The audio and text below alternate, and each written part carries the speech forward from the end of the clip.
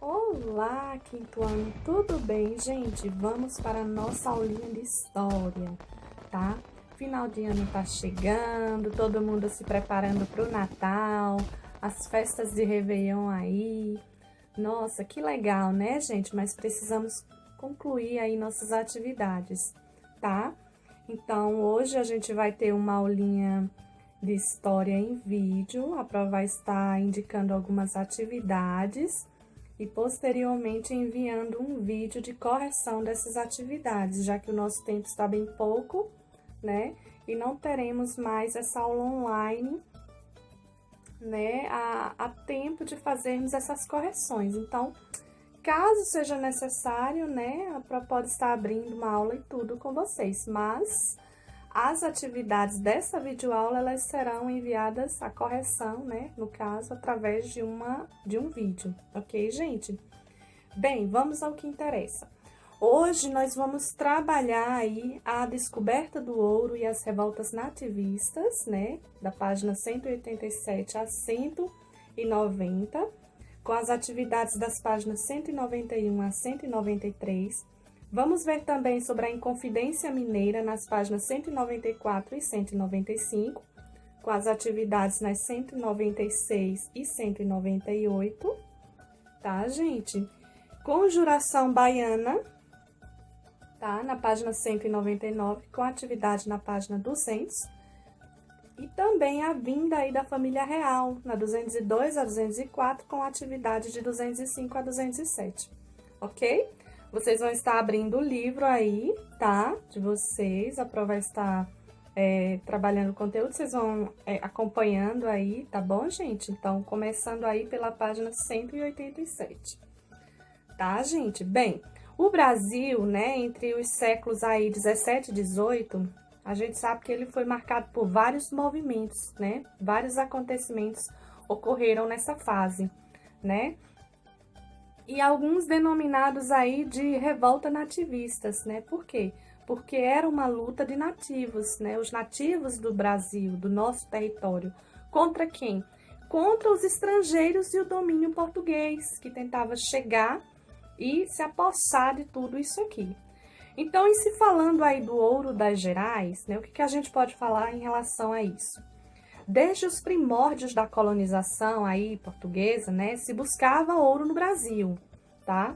Então, no final do século XVII, os bandeirantes paulistas acharam jazidas de metais preciosos no interior, em uma região em que eles passariam a chamar de Minas Gerais. Verdade, gente, aquela região era bastante cobiçada. Além do ouro, foram encontradas minas de diamantes também. Então, a partir do século XVIII, as Gerais tornaram-se a região aí mais importante da colônia portuguesa, tá? Diferente aí da zona do açúcar, né? Com poucas e pequenas cidades, né? Minas Gerais, ela era uma região altamente urbanizada aí, com a fundação de diversas vilas, né? Como Mariana, Sabará, São João del Rei, Vila Rica, tá? Então, essas regiões, elas acabaram sendo bastante povoadas aí por conta das riquezas que existiam naquelas localidades.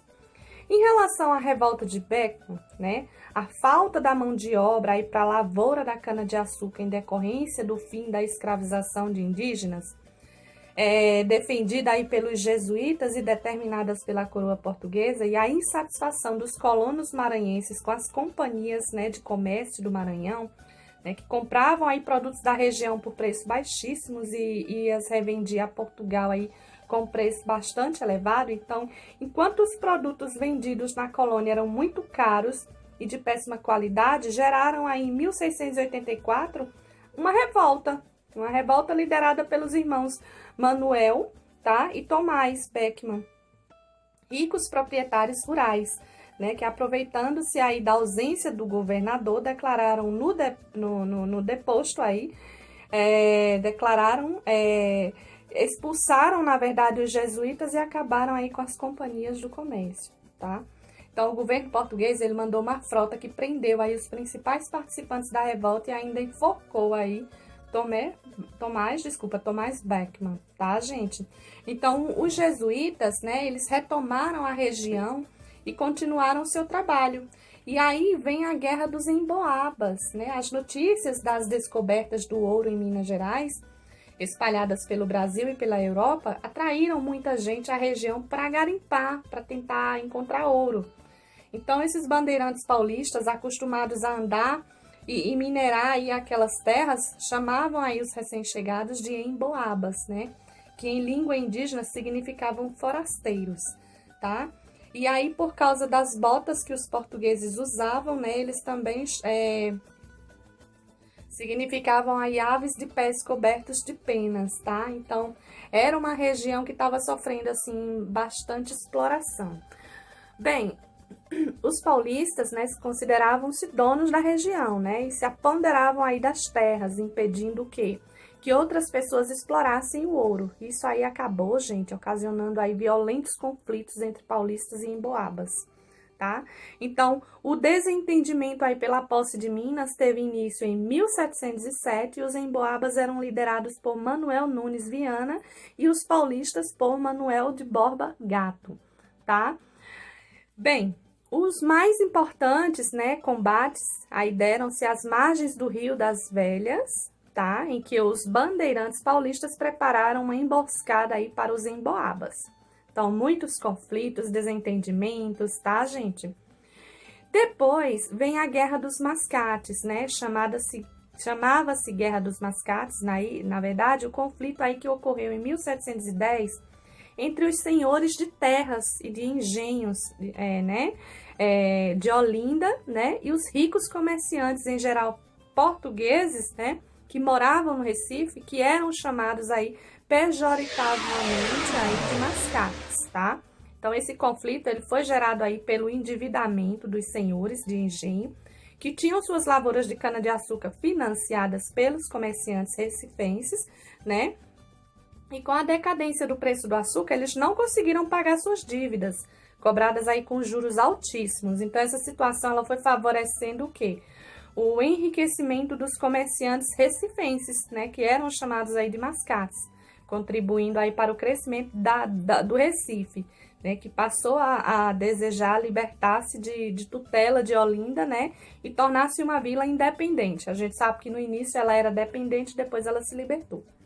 Tá? Então, diversas situações aconteceram. O Recife ele foi erguido aí, foi erguido, na verdade, o Pelourinho, né? Um obelisco, né? De pedra, que era aí um símbolo de autoridade de administração. Mais adiante, a gente se depara com a revolta de Felipe dos Santos, né? Que ocorreu em 1720, aconteceu em Vila Rica, Minas Gerais. Foi uma revolta motivada aí por fatores econômicos, que na região das Minas, o ouro em pó era utilizado como se fosse moeda corrente, tá? Então, quando foram criadas as casas de fundição em Minas Gerais e circulação de ouro em pó, né? Em circulação de ouro em pó, aí ela foi proibida.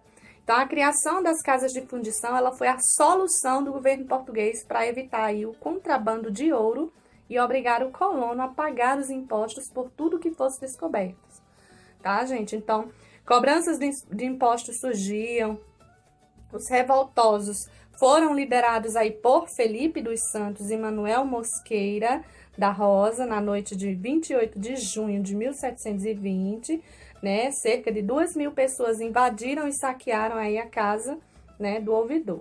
Então, gente, apesar das vitórias, né, iniciais, a revolução ela foi vencida e seus líderes tiveram aí a casa incendiada, né, e foram presos e mortos, tá? Então, assim, percebam que foram verdadeiras revoluções. Em relação à Inconfidência Mineira, né, ou Conjuração Mineira, como também se pode falar, ela aconteceu no século XVIII, né? A economia mineradora dava aí os primeiros sinais de enfraquecimento.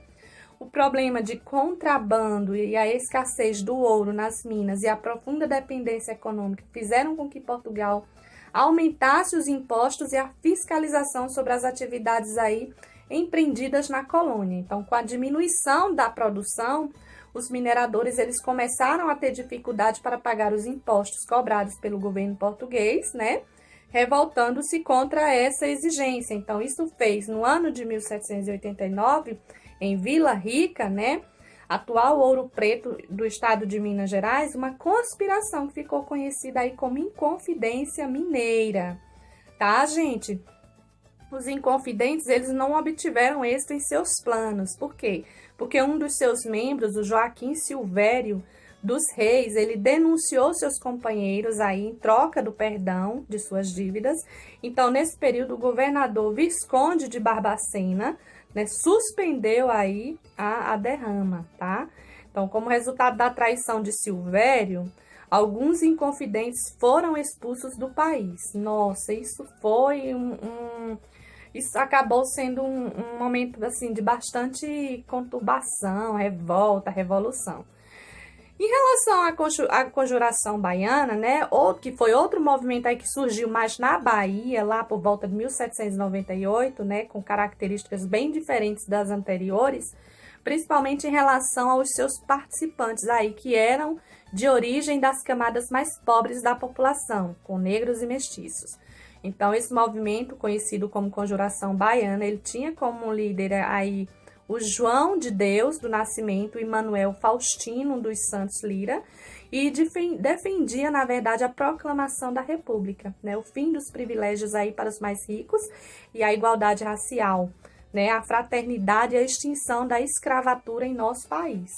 Então, havia os que tentavam defender, gente, havia os que tentavam destruir essas relações desumanas, essas questões de desigualdades, elas eram tentadas, algumas pessoas tentavam combater, tá? Em relação, gente, à vinda da família real, no início do século XIX, Napoleão, que era imperador da França, tinha aí por ambição conquistar toda a Europa e assim estender seu domínio para o mundo. Mas para isso era necessário vencer a Inglaterra aí, né, que era sua rival, que naquele momento era a grande potência econômica da época, para atingir seu objetivo. Então, Napoleão, ele decidiu criar uma série de barreiras comerciais contra a Inglaterra, determinando o fechamento de todos os portos, né, europeus aos produtos ingleses, para, consequentemente, destruir a economia inglesa. Então, essa barreira comercial, ela recebeu um nome, que foi bloqueio continental. Então, todos os países europeus, eles seriam obrigados a aderir aí ao bloqueio, né, sob pena de sofrer sanções do Império Francês. Então, Portugal, no entanto, ele encontrava-se aí em um sério dilema, né? Então, assim, que devia favores, e na verdade eles deviam favores aos dois países. Então, isso era acabava comprometendo muito as atitudes em que eles pudessem tentar se sair dessa situação. Caso aderisse ao bloqueio continental, Portugal ela ficaria em condições aí extremamente difíceis. Por quê? Porque sua economia dependia quase completamente da Inglaterra.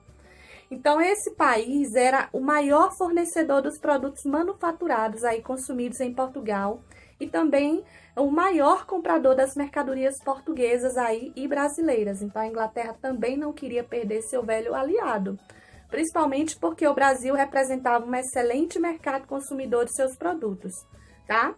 Dom João não cedeu às exigências do imperador francês e manteve aí o comércio com a Inglaterra, o que acabou levando Napoleão a decidir pela invasão de Portugal, né?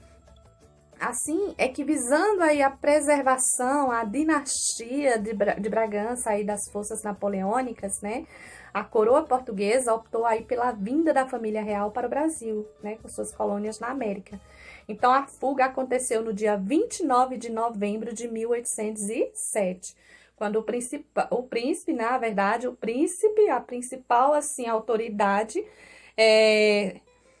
e cerca de 10.000 pessoas aí da corte embarcaram para o Brasil, né? Então, a coroa portuguesa, ela recebeu o apoio da Inglaterra, né, que os protegeu durante a viagem em troca de algumas condições. Então, ao chegar ao Brasil aí no ano de 1808, em Salvador, na Bahia, a coroa ela decretou aí a abertura dos portos brasileiros às nações amigas. Isso significou liquidação dos monopólios até então exercida por Portugal, tá, gente?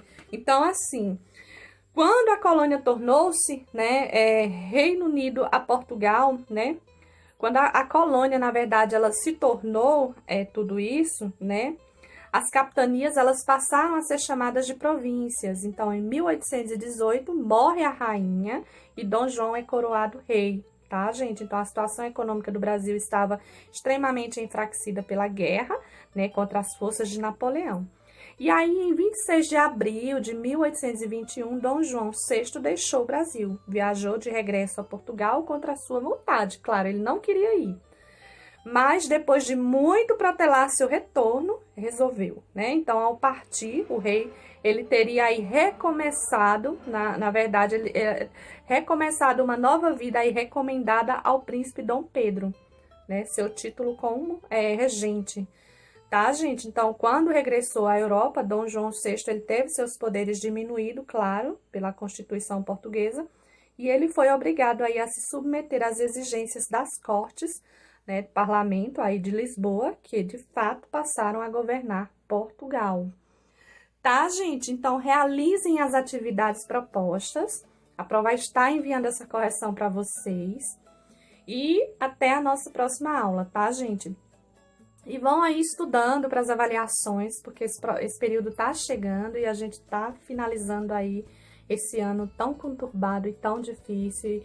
E com fé em Deus, 2021, desculpa, será um ano maravilhoso. Apesar que a gente vai carregar, né, alguns probleminhas ainda vão se arrastar, mas a gente vai conseguir vencer, tá, gente? Um super beijinho para vocês.